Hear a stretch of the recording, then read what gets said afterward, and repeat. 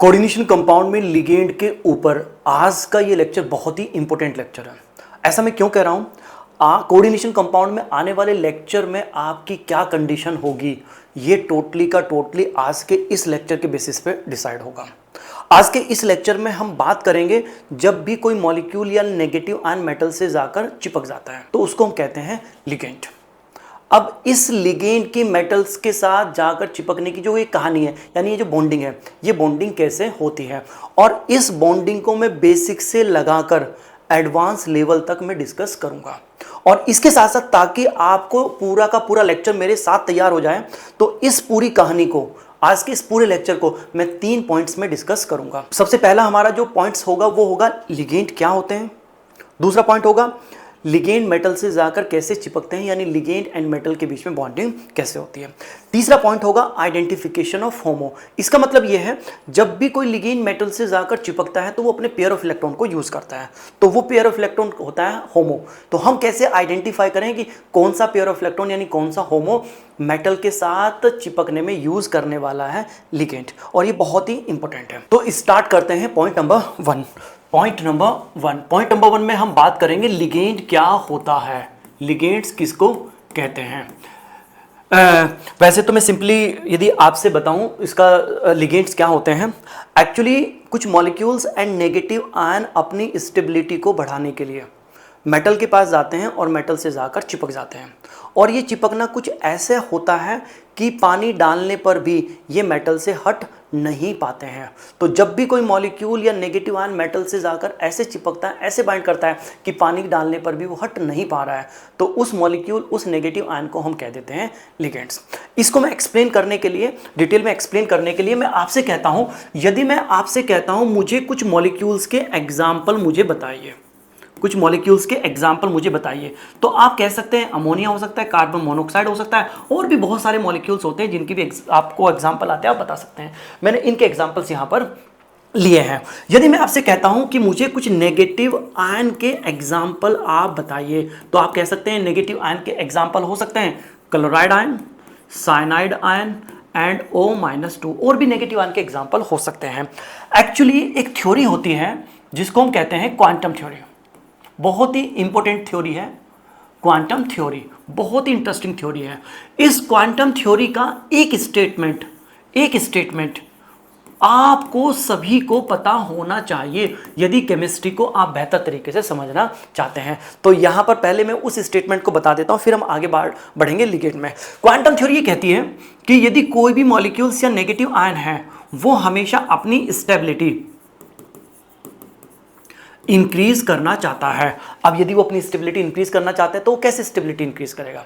इसके लिए quantum theory कहती है यदि कोई भी मॉलिक्यूल या नेगेटिव आयन हायर एनर्जी से लोअर एनर्जी में आ जाता है, यानी अपनी एनर्जी डिक्रीज कर लेता है, तो उसकी एनर्जी डिक्रीज होने से उसकी स्टेबिलिटी इंक्रीज होती है।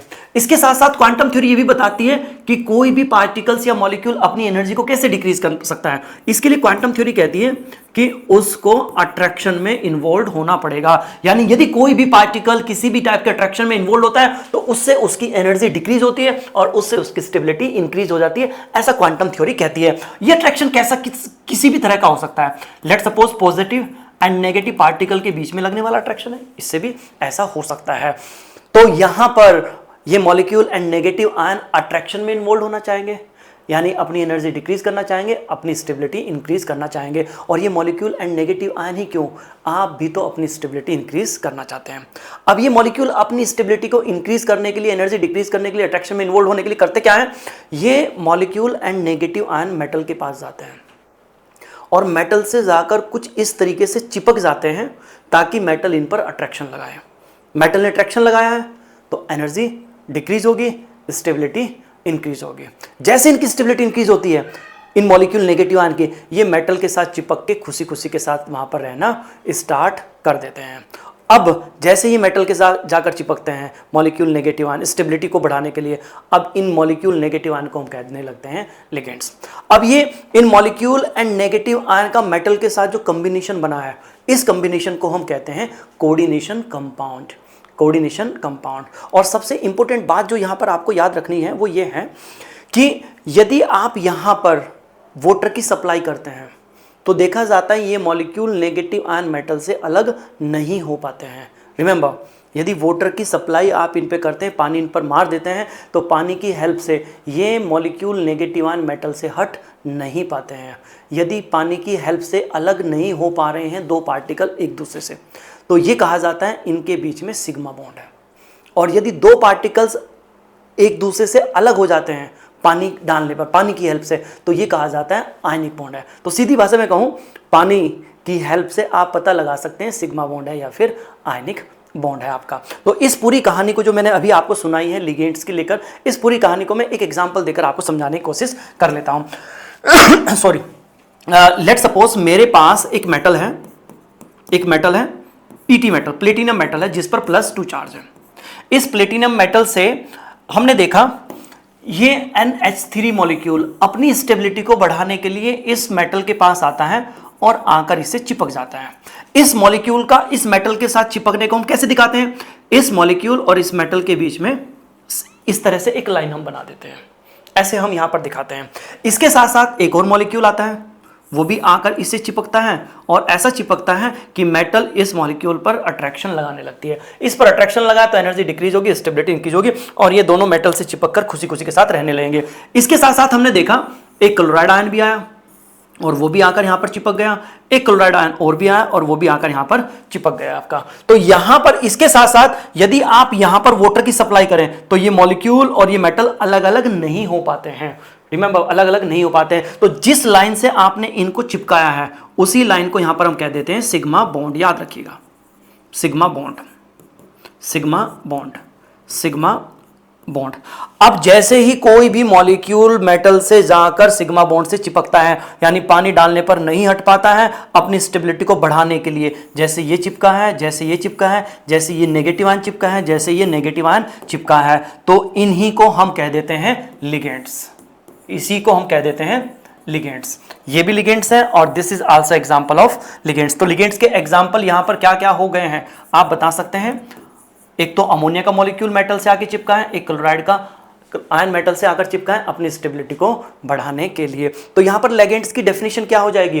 डेफिनेशंस की यदि बात करें तो क्या डेफिनेशंस बन जाएगी? तो आप कह सकते हैं द मॉलिक्यूल और नेगेटिव आयंस विच बाइंड का मतलब होता है चिपकना, विद किसके साथ? मेटल के साथ। किसके लिए? फॉर स्टेबिलिटी, ताकि मेटल इन पर अपना अट्रैक्शन लगाने लगे। और remember, and not separated by water, और एक दूसरे से अलग नहीं हो पाते हैं यदि वहां पर आप पानी डाल देते हैं। अलग नहीं हो पाते हैं तो इनके अटैचमेंट को हम कह देते हैं सिग्मा बॉन्ड। तो सीधी सी भाषा में है कहूँगा लिगेंड्स क्या होते हैं? वो मॉलिक्यूल या नेगेटिव आयन जो मेटल से जाकर चिपक जाता है अपनी स्टेबिलिटी को बढ़ाने के लिए, उसी को हम कह देते हैं यहाँ पर लिगेंड्स। सबसे इंपॉर्टेंट बात जिसको आपको ध्यान रखना चाहिए वो ये होती है, जैसे ही कोई मॉलिक्यूल या नेगेटिव आयन मेटल से जाकर चिपकता है, रिमेंबर, चिपकते ही वो अपना बिहेवियर कंप्लीटली चेंज कर लेता है। बिहेवियर का मतलब क्या होता है? उसकी ऑलमोस्ट जितनी भी प्रॉपर्टीज होती हैं वो सारी की सारी प्रॉपर्टीज रिवर्स हो जाती हैं। इसका मतलब क्या है? जैसे कोई मॉलिक्यूल किसी के साथ रिएक्शन करने से मना कर रहा है, तो जैसे देखा जाता है वो मेटल से आकर चिपकता है तो उसका ये वाला बिहेवियर जो था मना करने का अपोजिट हो जाएगा, यानी इमीडिएट ये हो जाता है रिएक्शन करने के लिए रेडी। और ये सबसे इंपॉर्टेंट ऑब्जर्वेशन है, सबसे इंपॉर्टेंट ऑब्जर्वेशन है। इसको मेंशन भी कर देता हूं यहां पर। ये तो हो गई लिगेंड की डेफिनेशन। और दूसरी बात जो आपको याद रखनी है पॉइंट नंबर 1 में, जब भी मॉलिक्यूल और नेगेटिव आयन बाइंड करता है विद मेटल, यानी अब उसको हम कहने लगेंगे लिगेंड, बाइंड करते ही, तो इसका बिहेवियर कंप्लीटली चेंज हो जाता है। इस बात को मैं आगे जाकर भी डिस्कस करूंगा। तो पॉइंट नंबर 1 में हमारी दो बातें हैं। कोई भी मॉलिक्यूल नेगेटिव आयन जब मेटल से चिपकता है स्टेबिलिटी के लिए, पानी डालने पर अलग नहीं होता है, यानी सिग्मा बॉन्ड से, तो उसको हम कहते हैं लिगेंड। और जैसे ही कोई मॉलिक्यूल नेगेटिव आयन मेटल से चिपकता है उसका बिहेवियर कंप्लीटली चेंज हो जाता है। ये स्टेटमेंट इतना इंपॉर्टेंट है कि डेली लाइफ के बहुत सारे इम्पॉसिबल माने जाने वाले काम इसी वजह से होते हैं। और इस बात को मैं डेली लाइफ के 2 एग्जाम्पल लेकर आपको एक्सप्लेन करने की कोशिश करता हूँ। आपको पता है, पहला एग्जाम्पल है, आपको पता है डाई नाइट्रोजन के बारे में सभी लोग जानते हैं। Die nitrogen is a gas. इस गैस को आप यदि लें और लेकर किसी के साथ आप इसकी रिएक्शन कराने की कोशिश करें तो देखा जाता है कितना भी टेम्परेचर या प्रेशर आप देते हैं, ये डाई नाइट्रोजन गैस किसी के साथ भी रिएक्शन करने के लिए तैयार नहीं होती है। जब कोई गैस ऐसी करती है तो उसको हम कहते हैं इनर्ट। आपने पढ़ा भी होगा 11th में, die nitrogen is a inert gas, यानी इजीली से किसी के साथ भी रिएक्ट करने के लिए तैयार नहीं होती है। लेकिन जैसे ही डाई नाइट्रोजन को आप मेटल से चिपका देते हैं, मेटल से चिपक गई तो ये लिगेंड बन गई। लिगेंड की तरह वर्क करते ही ये इजीली से रिएक्शन करने के लिए तैयार हो जाती है, और जो इजीली से रिएक्शन करने के लिए तैयार हो जाता है तो उसको हम कहते हैं अब ये हो गया है रिएक्टिव। और इस बात का यूज नेचर भी करती है एक फिनोमेना में, एक प्रोसेस में, जिसको बायोलॉजिकल नाइट्रोजन फिक्सेशन कहा जाता है। तो इसी बात का यूज नेचर भी करती है किस फिनोमेना में? बायोलॉजिकल नाइट्रोजन फिक्सेशन में। शायद आपने बायो में इसको पढ़ा होगा। नेचर इसी बिहेवियर चेंज वाली फिनोमेना को यूज वहां पर करती है। इसके साथ साथ दूसरा एग्जांपल है, बड़ा ही इंपॉर्टेंट है, जो कि आपके डेली लाइफ से जुड़ा हुआ है। पॉलीथीन को सभी लोग जानते होंगे।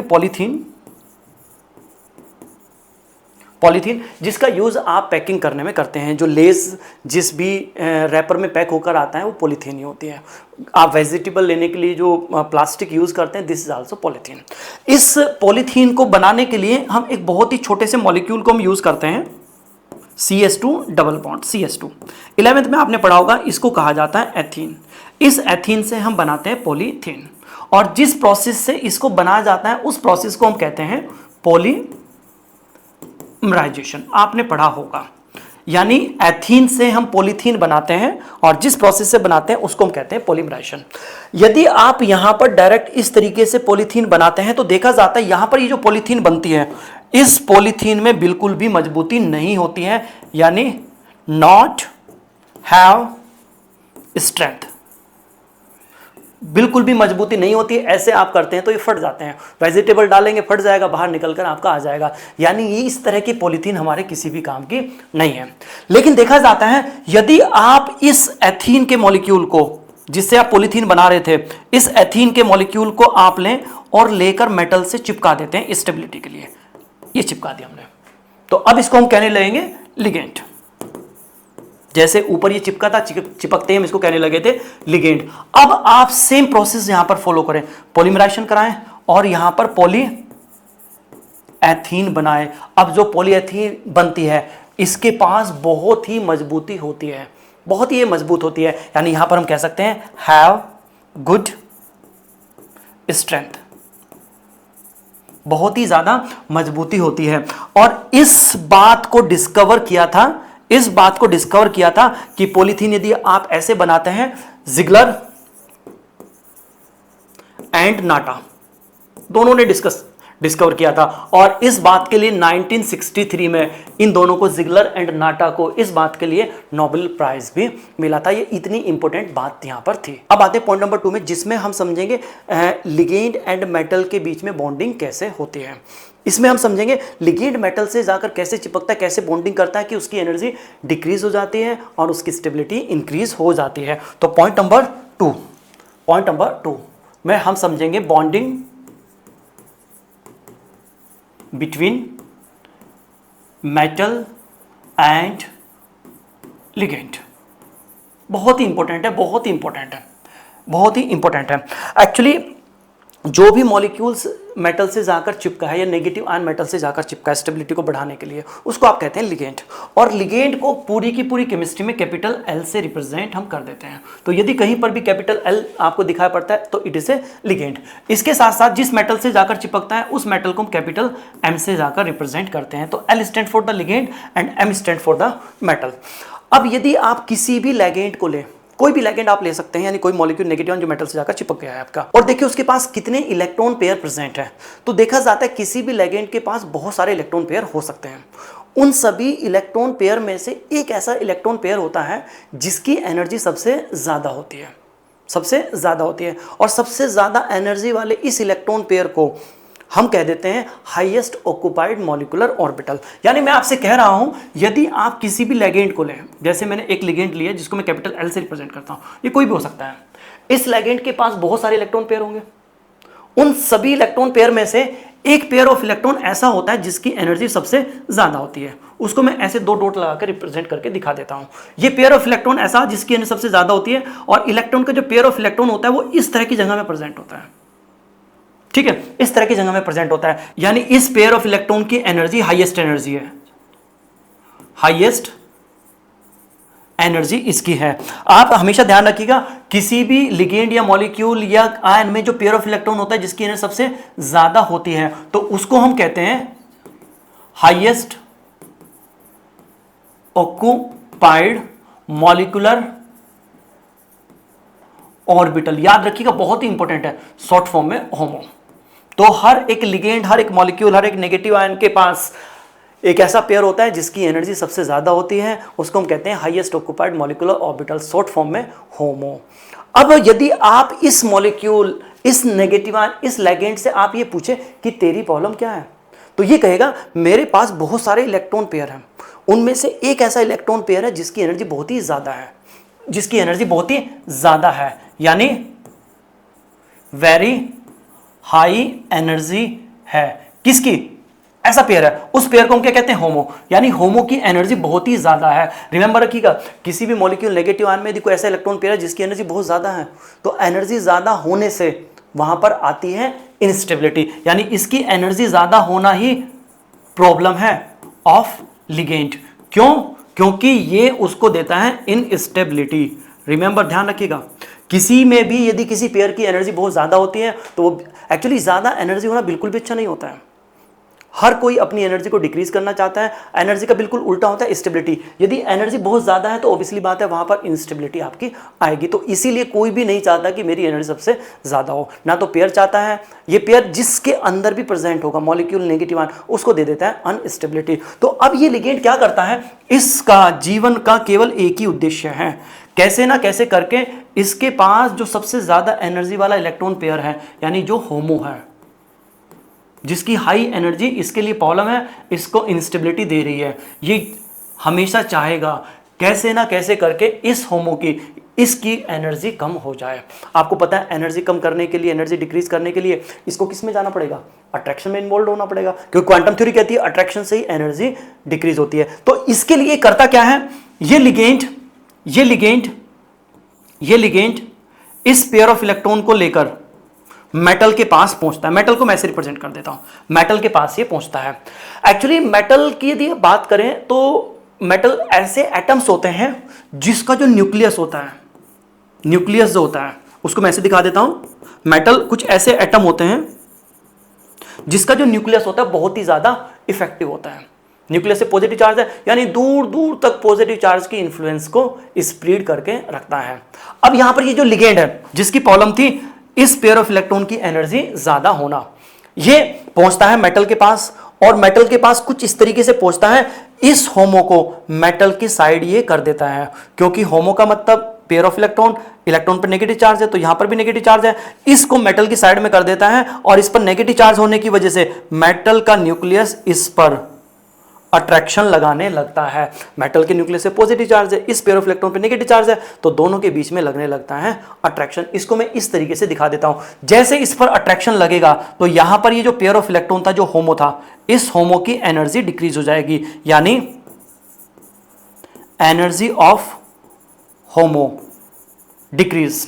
जैसे होमो की एनर्जी मेटल के न्यूक्लियस के अट्रैक्शन की वजह से डिक्रीज होगी, तो अब ये लिगेंड कहेगा कि मेरी जो प्रॉब्लम थी, मेरे पास सबसे ज्यादा एनर्जी वाला इलेक्ट्रॉन पेयर, मेरी प्रॉब्लम सॉल्व हो गई है, मुझे शांति मिली है, और मैं क्या हो गया हूं? स्टेबल हो गया हूं। यानी इसका रिजल्ट क्या होगा? लिगेंड जो था ये बिकम स्टेबल।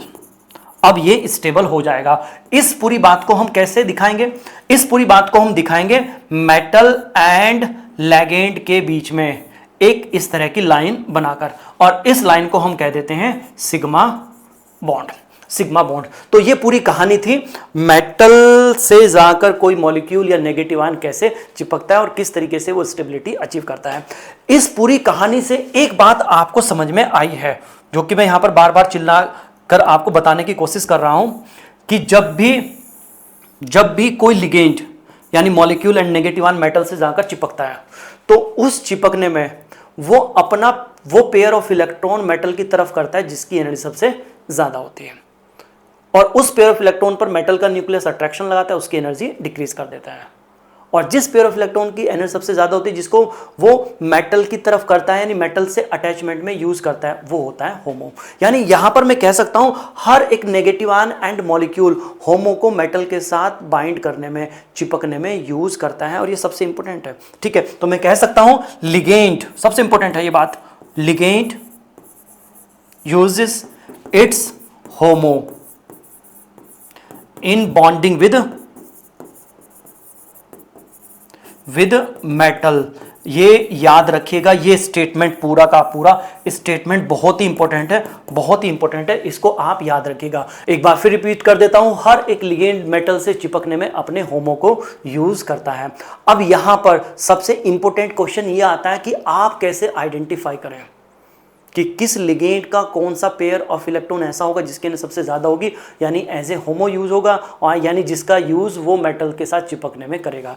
इसको हम डिस्कस करते हैं पॉइंट नंबर 3 में, under the headline identification of homo of ligand. आते हैं पॉइंट नंबर 3 में, identification of homo of ligand. अब किसी भी लिगेंड का कौन सा पेयर ऑफ इलेक्ट्रॉन सबसे ज्यादा एनर्जी का होगा, होमो होगा, इसको आइडेंटिफाई करने के लिए आपको देखना पड़ेगा उस लिगेंड के पास कितने तरह के पेयर ऑफ इलेक्ट्रॉन प्रेजेंट है। यहां पर मैं आपसे कहूंगा, यदि किसी भी लिगेंड का मतलब मॉलिक्यूल या नेगेटिव आयन को लें, उसके पास कितने तरह के पेयर ऑफ इलेक्ट्रॉन प्रेजेंट होते हैं, इसका पता लगाने की कोशिश करें तो देखा जाता है कि मॉलिक्यूल या नेगेटिव आयन के पास जनरली 4 तरह के pair of electron generally present होते हैं। देखा जाता है कभी कभी मॉलिक्यूल के पास लोन पेयर ऑफ इलेक्ट्रॉन भी होता है, जिसको आप लोन पेयर ऑफ इलेक्ट्रॉन भी कह सकते हैं। इसके साथ साथ जो और पेयर ऑफ इलेक्ट्रॉन प्रेजेंट हो सकते हैं मॉलिक्यूल के पास, वो ऐसे होते हैं कि उनका यूज वो मॉलिक्यूल्स के अंदर पाई बॉन्ड बनाने में होता है, जिसको हम कहते हैं पाई बॉन्ड इलेक्ट्रॉन पेयर। इस तरह के इलेक्ट्रॉन पेयर हो सकते हैं। कुछ ऐसे पेयर भी होते हैं जिनका यूज वहां पर कार्बन के बीच में सिग्मा बॉन्ड बनाने में होता है, उनको हम कहते हैं सिग्मा बॉन्ड इलेक्ट्रॉन पेयर। कुछ ऐसे इलेक्ट्रॉन पेयर भी हो सकते हैं जिनका यूज हाइड्रोजन कार्बन के बीच में सिग्मा बॉन्ड बनाने में होता है, उनको हम कह सकते हैं sigma bond electron pair. Generally किसी भी मॉलिक्यूल की यदि आप बात करें तो उस मॉलिक्यूल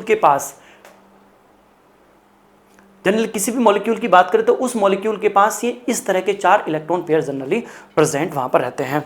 अब इन चारों के चारों इलेक्ट्रॉन पेयर में से जिसकी एनर्जी सबसे ज्यादा होगी वही वहां पर होमो बन जाएगा। अब यदि यहां पर आप एनर्जी की बात करें, किसकी एनर्जी कम होगी किसकी ज्यादा होगी, तो देखा जाता है इन चारों पेयर में सबसे ज्यादा एनर्जी होती है लोन पेयर की एनर्जी सबसे ज्यादा है, तो यही वहां पर होमो होगा। फिर इसकी होती है और सबसे कम एनर्जी होती है इसकी। मान लीजिए किसी मॉलिक्यूल के पास चारों तरह के पेयर ऑफ इलेक्ट्रॉन प्रेजेंट है, तो उस केस में सबसे ज्यादा एनर्जी इसकी है, तो यही वहां पर होमो बन जाएगा। मान लीजिए किसी मॉलिक्यूल के पास लोन पेयर नहीं है, ये 3 पेयर ऑफ इलेक्ट्रॉन प्रेजेंट है, तो इन तीनों पेयर ऑफ इलेक्ट्रॉन में से सबसे ज्यादा एनर्जी किसकी होती है, इसकी, यही होमो वहां पर बन जाएगा। मान लीजिए दोनों भी प्रेजेंट नहीं है, तो उस केस में ये 2 पेयर ऑफ इलेक्ट्रॉन प्रेजेंट है, इन दोनों में से सबसे ज्यादा एनर्जी किसकी होगी, इसकी होगी, यही वहां पर होमो बन जाएगा। और सबसे लास्ट में इसकी एनर्जी तो सबसे कम होती है, यदि बाकी 3 नहीं है तो यही वहां पर आपका होमो बन जाएगा और यही वहां पर यूज होगा। अब देखो सबसे इंपॉर्टेंट यहां पर ही आता है कि इन पेयर ऑफ इलेक्ट्रॉन को हम आइडेंटिफाई कैसे करें। देखिए इसके लिए थोड़ा सा बेसिक आपका मजबूत होना बहुत जरूरी है।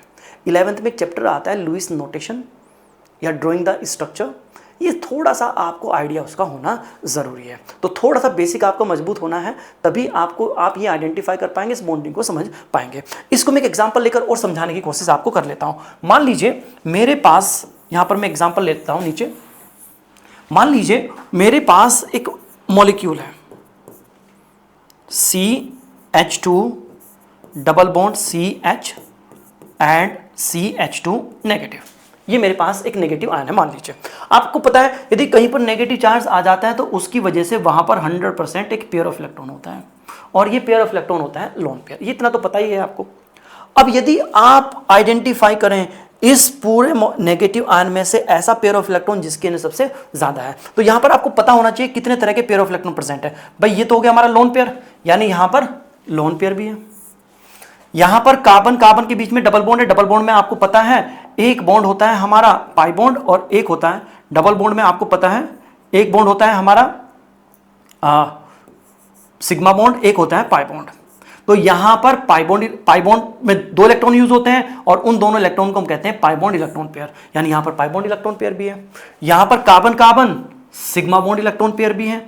इसके साथ साथ यहां पर आप देख रहे हैं कार्बन हाइड्रोजन बॉन्ड भी है, तो carbon hydrogen sigma bond electron pair भी है, यानी इस मॉलिक्यूल में इस नेगेटिव आयन में चारों तरह के इलेक्ट्रॉन पेयर यहां पर प्रेजेंट है। इनमें से सबसे ज्यादा एनर्जी किसकी होती है? लोन पेयर की। यह है lone pair, this is lone pair. आपको बता देता हूं कहीं पर नेगेटिव चार्ज आ जाता है तो 100% वहां पर एक लोन पेयर होगा, और यदि ये लोन पेयर है तो डेफिनेटली यही यहां पर क्या होगा बेटा? होमो होगा।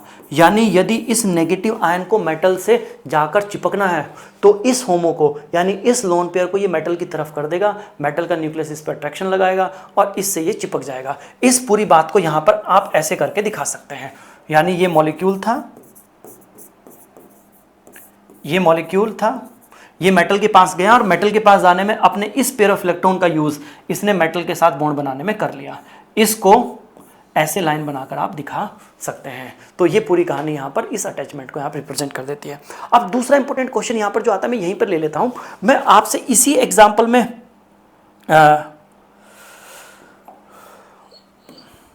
चलिए इस एग्जाम्पल में हम नहीं लेते क्योंकि थोड़ा सा कॉम्प्लिकेटेड बन जाएगा, आपके लेवल से ऊपर चला जाएगा। मैं एक अलग एग्जाम्पल लेता हूं, उसमें समझाने की आपको मैं कोशिश कर लेता हूं। एक दूसरा एग्जाम्पल मैं यहां पर ले लेता हूं। लेट सपोज मेरे पास एक मॉलिक्यूल है CH2 double bond CH and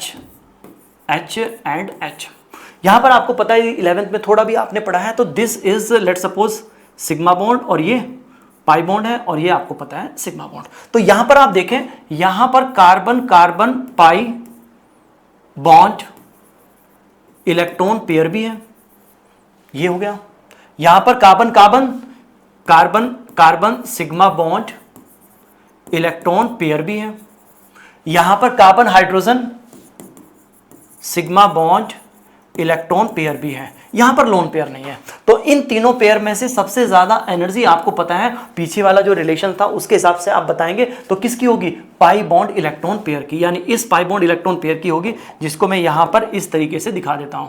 let suppose this the pi bond electron pair, इसकी एनर्जी सबसे ज्यादा होगी और यही होगा हमारा होमो। और यदि ये होमो है, आपको पता है इसका यूज किस में होने वाला है? मेटल के साथ चिपकने में होने वाला है। तो इस बात को कैसे आप दिखाओगे?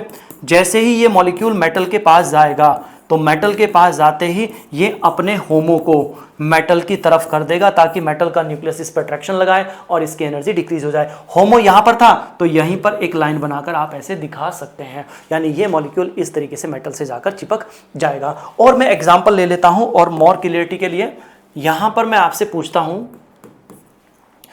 मेरे पास एक मॉलिक्यूल है CH2NH2, CH2NH2, ये मेरे पास एक मॉलिक्यूल है। इस मॉलिक्यूल में मैं आपसे पूछता हूं, मुझे बताइए कितने तरह के पेयर ऑफ इलेक्ट्रॉन प्रेजेंट है। यदि आप बेसिक पढ़कर आए हैं तो आपको पता है नाइट्रोजन के पास जब 3 बॉन्ड होते हैं तो उसके पास एक लोन पेयर होता है, एक लोन पेयर होता है। दिस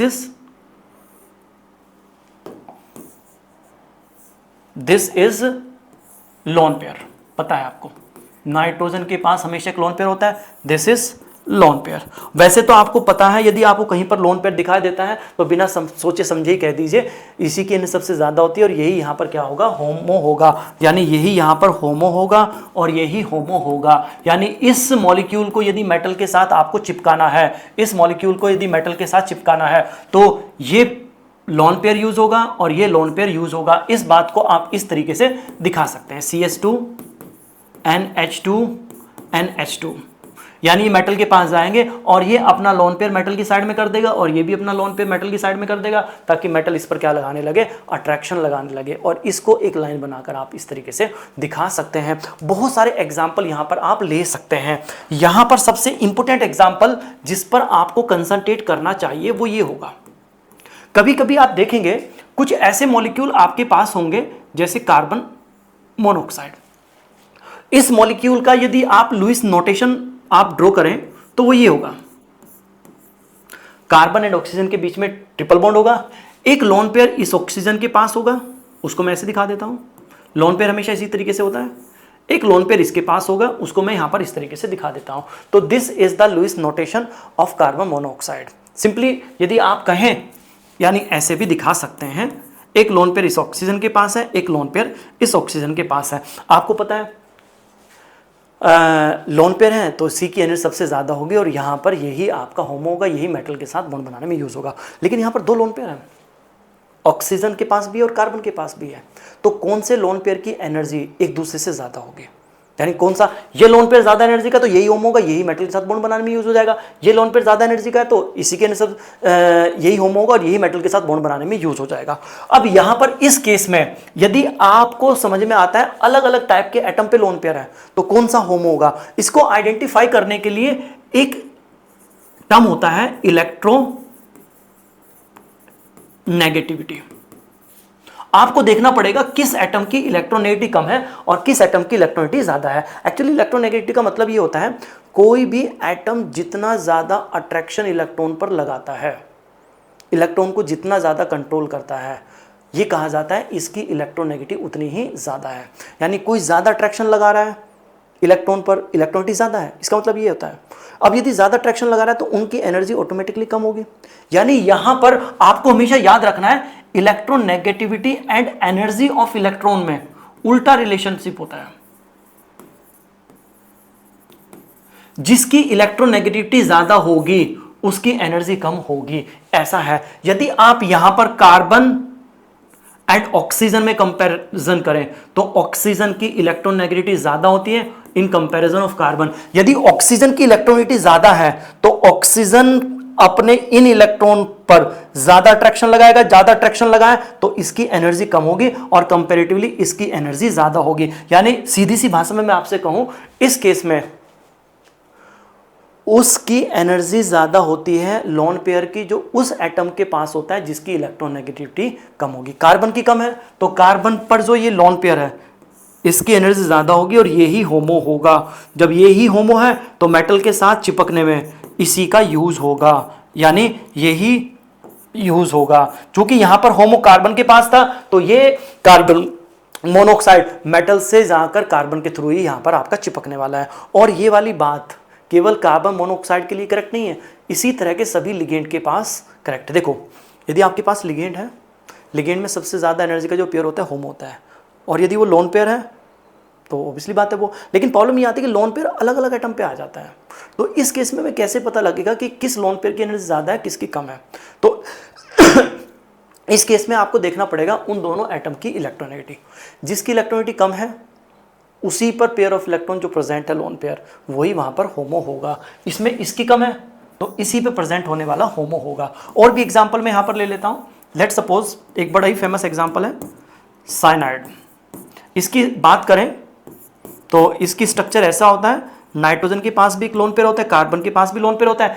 किस दोनों की इलेक्ट्रोनेगेटिविटी में कंपैरिजन करते हैं, कार्बन की कम होती है, नाइट्रोजन की ज्यादा होती है। तो कार्बन की कम है तो कार्बन के पास प्रेजेंट होने वाला लोन पेयर ही होमो होगा और यही मेटल के साथ बॉन्ड बनाने में यूज होगा।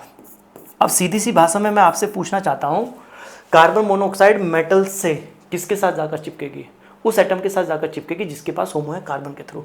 साइनाइड लिगेंड मेटल से जाकर किस एटम के थ्रू चिपकेगा, जिसके पास होमो है। होमो किसके पास है, इस कार्बन के पास, तो इसी से जाकर वो बाइंड करेगा। एक एग्जांपल मैं यहां पर और शेयर कर लेता हूं नाइट्रोजन ऑक्साइड का।